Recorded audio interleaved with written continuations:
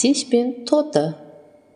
Ерте де, ешкі құйрығы келсе де, аң мен құстардың ішіндегі ең әдемісі, сымбаттысы әтеш болыпты.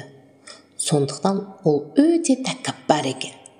Жүріп тұрса да маңғазданып, сылаңдай басады екен.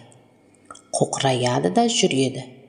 Бірде-бір аңмен не құспен сөйлеспейді. Жалғыз серігі тоты құс болыпты. Тоты байқұстың үстінде жібі түзу жөнді киімі жоқ екен. Бір күні тоты құс әлгі кербез әтешке келіп: «Досым, мен бүгін қонаққа бармақ едім. Жөнді киімім де жоқ. Мына түрмен қалай барамын? Мені сенің досың деп білетін ел мазақтайды ғой. Маған үстіңдегі әдемі киіміңді бере тұршы», деп қиыла жалыныпты. Әтеш досының сөзіне сеніп, үстіндегі әдемі киімдерінің бәрін шешіп беріпті. Сөйтіп тоты құс жасанып тұрып киініп алады. Қай мезгілде келетінін айтады. «Егер мен кешіксем, дауыстап шақыр. Келмей жатсам, тағы да шақыр. Даусыңды естейін», дейді.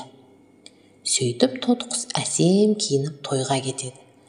Бірақ ол қайтып оралмайды. Әтеш оны естісін деп үсті-үстіне шақырады. Ешқандай хабар болмайды.